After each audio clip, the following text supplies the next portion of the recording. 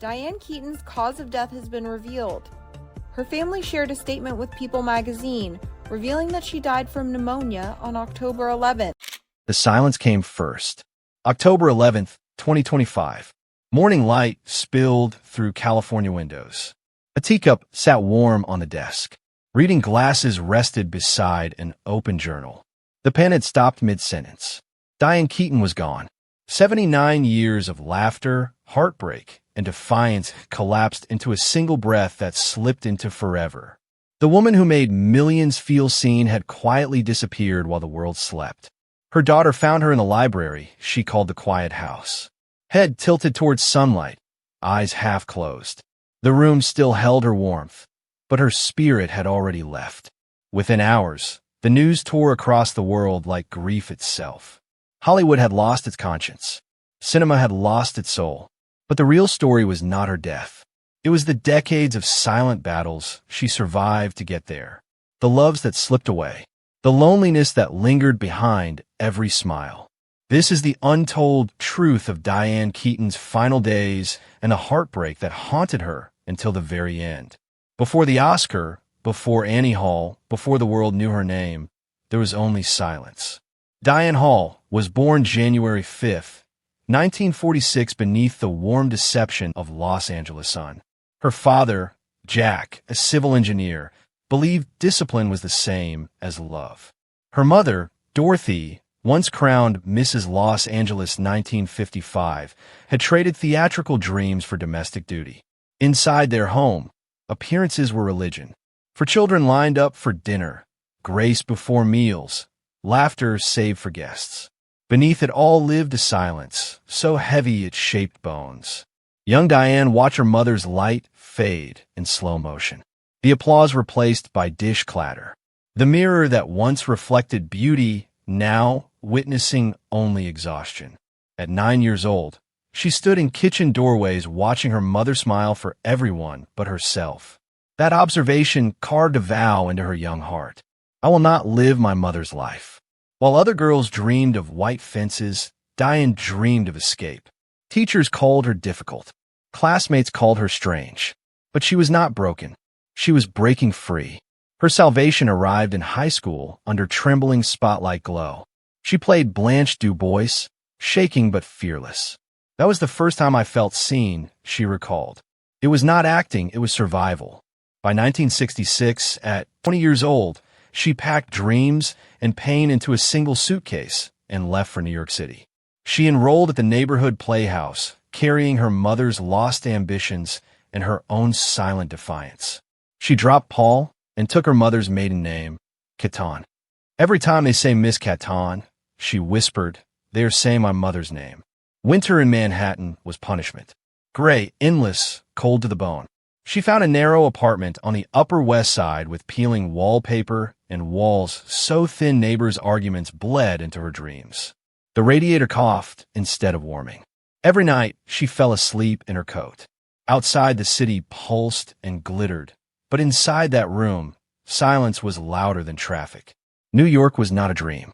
It was a test of endurance. Mornings came gray and bitter. She stood in endless audition lines that ended before they began. Too tall, too strange. Not the type. The words clung to her like frost, but she kept walking. Shoes thin, pride thinner, while unbroken. By noon, she was a waitress serving tables where no one remembered her face. By night, she sang in basement so smoky the walls seemed to breathe. Her trembling voice rising above conversation hum and metallic clink of spare change on the coldest nights. She walked streets to stay warm, too proud to ask for help, too stubborn to quit dinner. Was often tea and half a slice of bread she pretended was enough. She pawned old shoes to pay rent, skipped the subway to buy coffee, wrote dialogue by candlelight. When power was cut, there were nights she pressed hands to cold windows just to feel something real. The city was deafening, she would later say, but I had never felt more unheard. When despair came too close, she whispered to the dark, not yet. Loneliness became her shadow, but somewhere beneath it, a quiet fire began to burn, a stubborn hunger that refused to die. Then, in 1968, after 2 years of rejection and near starvation, the call came. A Broadway revival called Hair was searching for someone raw, unpolished, painfully real. Diane auditioned barefoot, nervous, trembling, but utterly alive. For the first time, she did not perform for approval. She performed to survive. The director watched her in silence, then whispered, "Do not change a thing."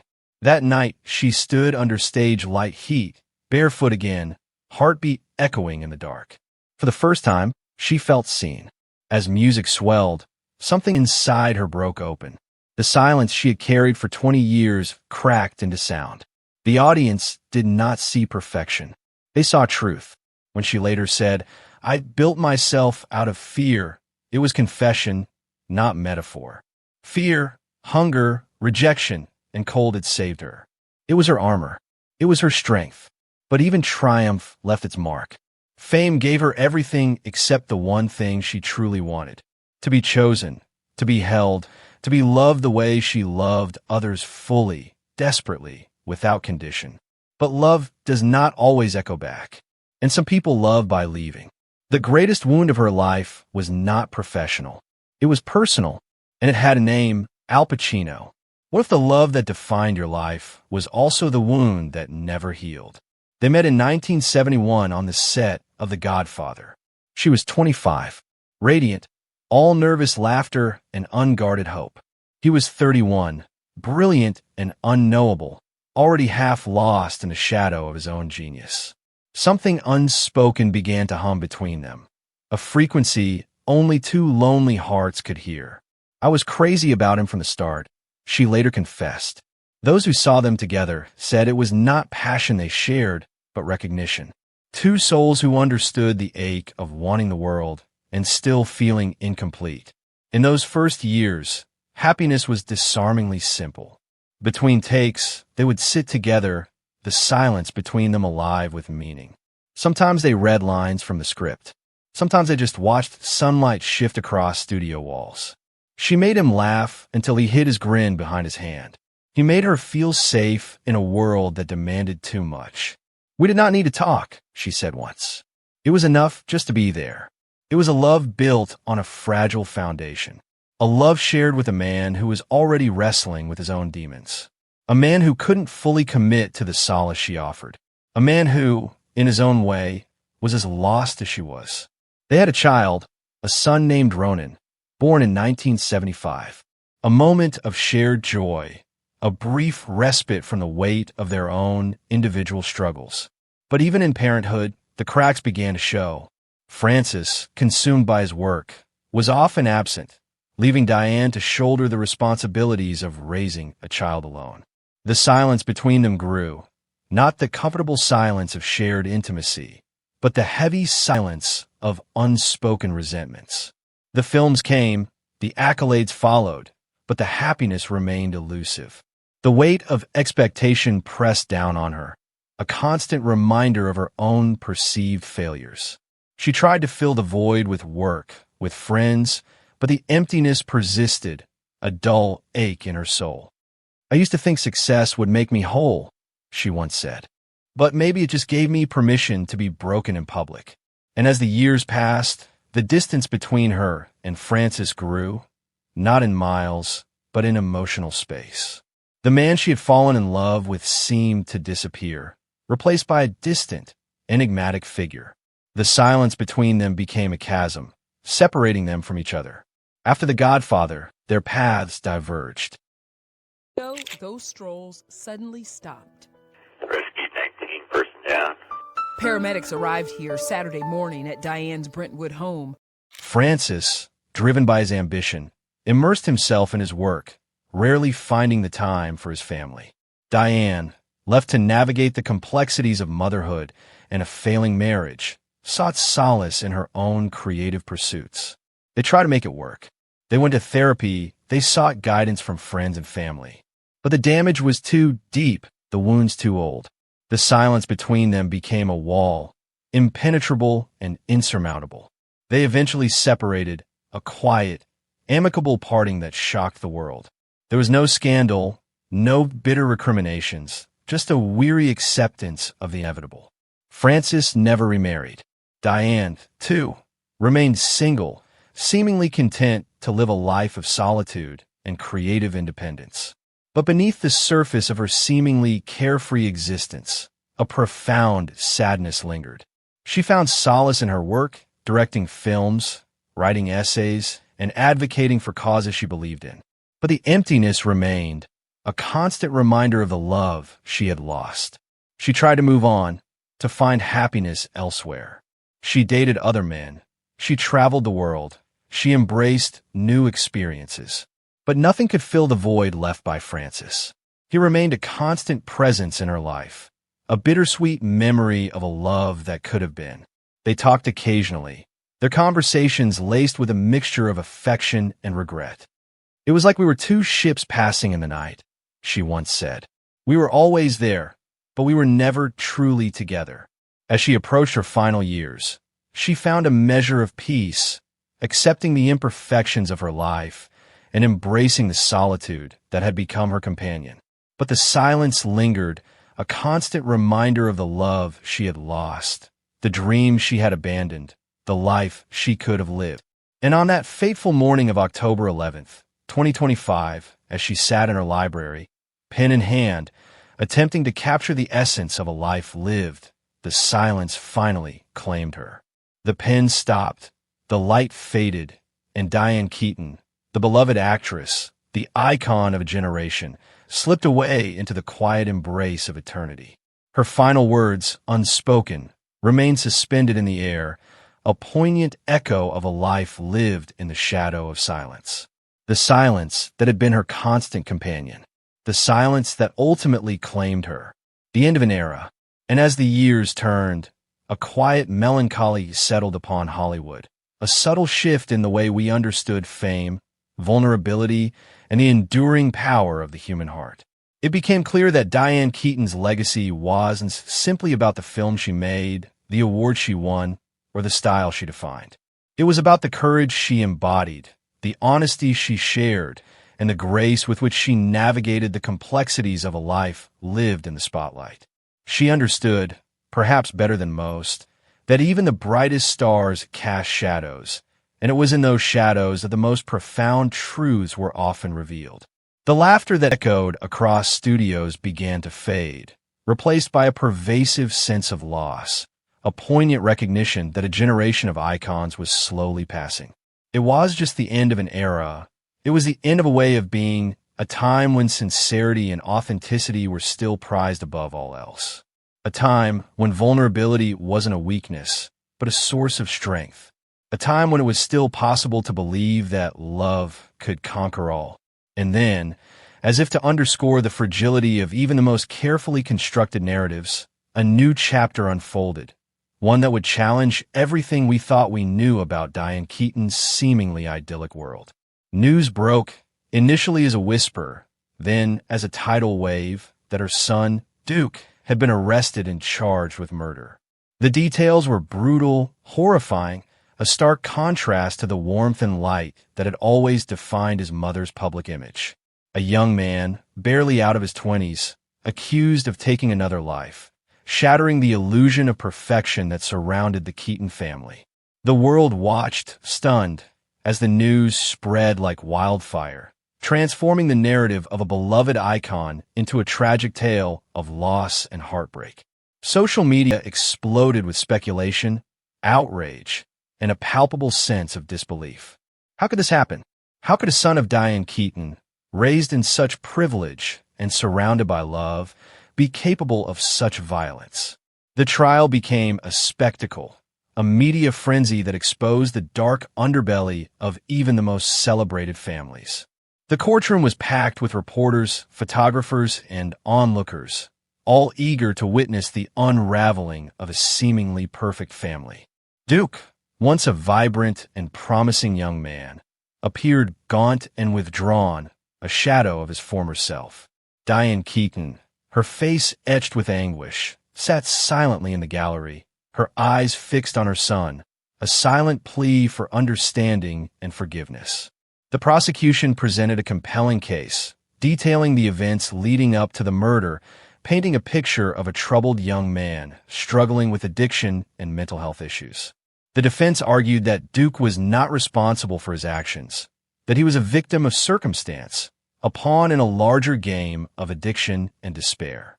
The jury deliberated for days, wrestling with the evidence, the arguments, and the weight of responsibility. And then came the verdict, guilty. The word echoed through the courtroom, silencing the whispers, extinguishing the hope. Diane Keaton's world crumbled around her. The foundation of her carefully constructed life shattered into a million pieces. The image of her, frozen in a moment of unspeakable grief, became a symbol of a family torn apart, a tragedy played out on the world stage. The sentence was life without parole, a crushing blow to a family already reeling from loss. Duke was taken away, swallowed by the system, his future bleak and uncertain. Diane Keaton was left to pick up the pieces, to navigate a world that had suddenly become unrecognizable. The laughter had stopped. The applause had faded. The spotlight had shifted, casting a long, dark shadow over a life that had once seemed so bright. The media, relentless in its pursuit of a story, dissected every aspect of the case, scrutinizing the Keaton family's past, searching for clues to explain the tragedy. Old interviews were revisited, family photographs were analyzed, every detail examined in minute detail. The public, hungry for answers, demanded explanations, searching for someone to blame, something to understand. But there were no easy answers. There were no simple explanations. Life, as Diane Keaton had learned, was messy and complicated, filled with unexpected twists and turns, heartbreaking losses, and moments of profound sadness. She had always been a woman of strength, a survivor, but this was a burden she could scarcely bear. The weight of her son's actions, the shame of his sentence, the grief of his absence, threatened to crush her. And yet, even in the midst of this unimaginable pain, Diane Keaton found a measure of solace. She found comfort in the unwavering support of her friends and family, in the outpouring of sympathy from fans around the world, and in the quiet strength of her own spirit. She remembered the lessons she had learned over the years, the importance of resilience, the power of forgiveness, and the enduring beauty of the human heart. She remembered her mother's words, echoing across the years. Even in the darkest night, there is always a glimmer of hope. She clung to that glimmer, refusing to be consumed by despair. She resolved to honor her son's memory by advocating for mental health awareness, by fighting for criminal justice reform, and by speaking out against the injustices that plague our society. I don't want to make those sacrifices, and the bottom line is nobody should have to. Nobody thinks of me a badass because the implication of being badass is like, oh. She knew that her journey would be long and difficult, but she was not alone. She had the love of her family, the support of her friends, and the unwavering belief in the power of hope. She would carry on, not for herself, but for her son, for the victims of violence, and for all those who have been touched by the tragedy of loss. And as the years passed, Diane Keaton began to heal, slowly but surely, piecing together the fragments of her shattered life. She found solace in her work, in her garden, and in the quiet moments of reflection. She learned to live with the pain, to embrace the imperfections, and to appreciate the beauty of each fleeting moment. She became a beacon of hope for others struggling with loss, a symbol of resilience in the face of adversity. She shared her story with the world, speaking openly and honestly about her pain, her struggles, and her triumphs. She inspired countless others to find strength within themselves, to overcome their challenges, and to live their lives to the fullest. And as she looked back on her life, Diane Keaton realized that even in the midst of tragedy, there was beauty, there was grace, and there was hope. She had lost a son, but she had gained a deeper understanding of the human heart. She had suffered a profound loss, but she had found a renewed sense of purpose.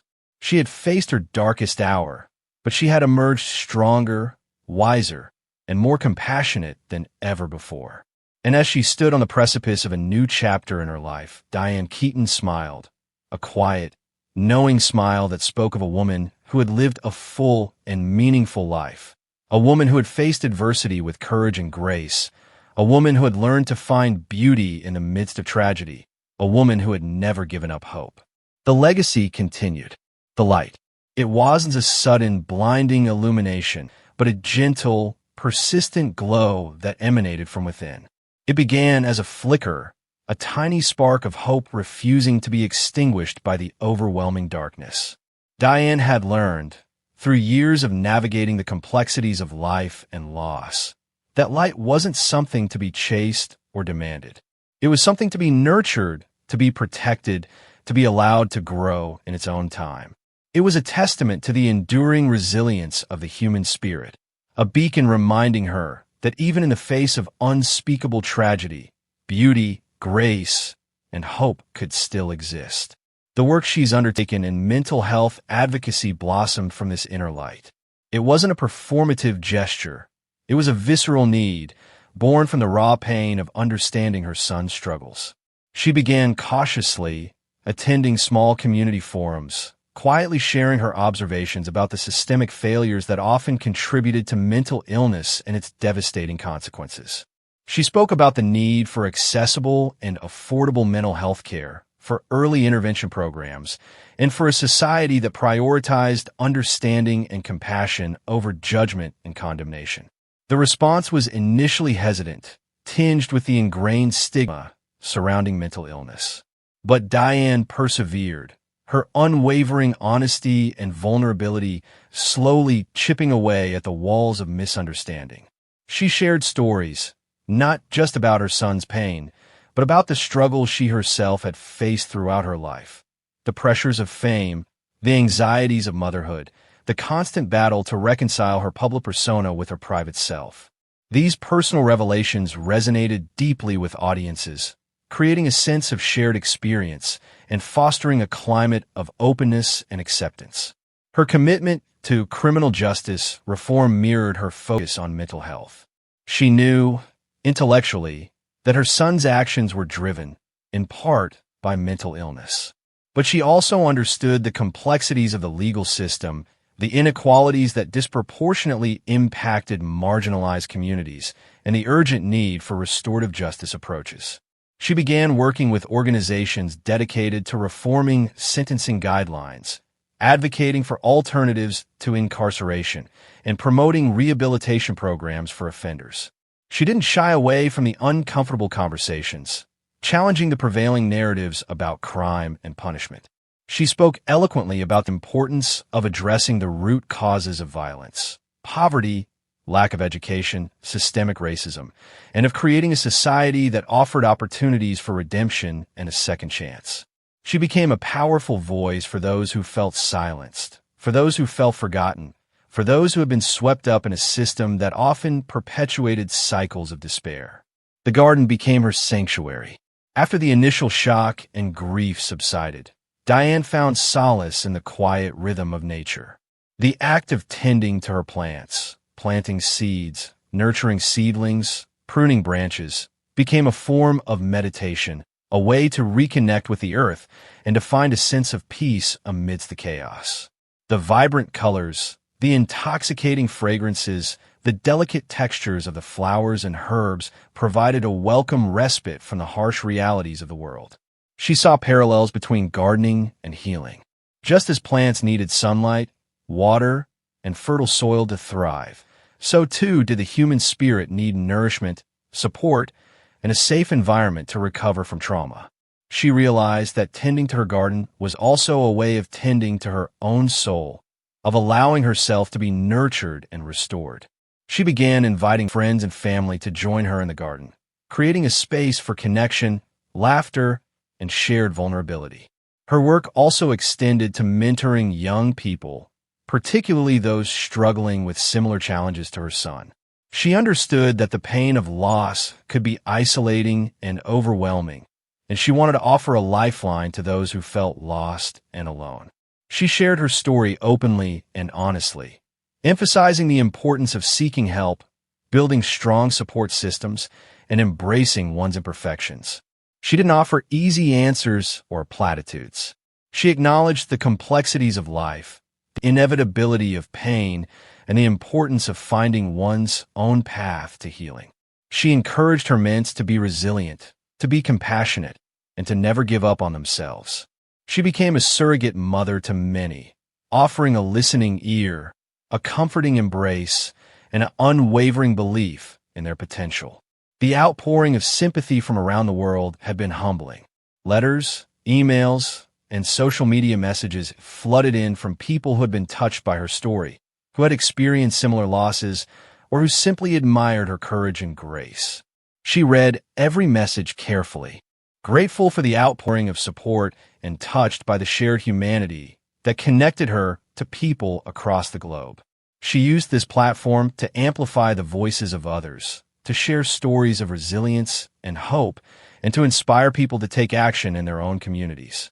There were, of course, moments of profound sadness, days when the grief seemed insurmountable, when the weight of her loss threatened to crush her. But even in those darkest moments, she clung to the memory of her son's smile, to the warmth of his laughter, to the enduring love that bound them together. She reminded herself that she was not alone, that she was surrounded by a network of support, and that she had a purpose to fulfill. The light wasn't a blinding flash, but a steady, persistent ember, fueling her actions, illuminating her path, and radiating outward, touching the lives of others. It was a testament to the enduring power of the human spirit, the resilience of the heart, and the unwavering belief in the possibility of hope, even in the darkest of nights. It was a beacon, guiding her forward, illuminating the path for others, and reminding her that even in the midst of unimaginable pain, beauty, grace, and hope could still exist. The legacy wouldn't just be about the tragedy, but about the transformation, the unwavering commitment to making the world a little brighter, a little kinder, and a little more understanding, one small act at a time. The legacy wouldn't just be about the tragedy, but about the transformation, the unwavering commitment to making the world a little brighter, a little kinder, and a little more understanding, one small act at a time.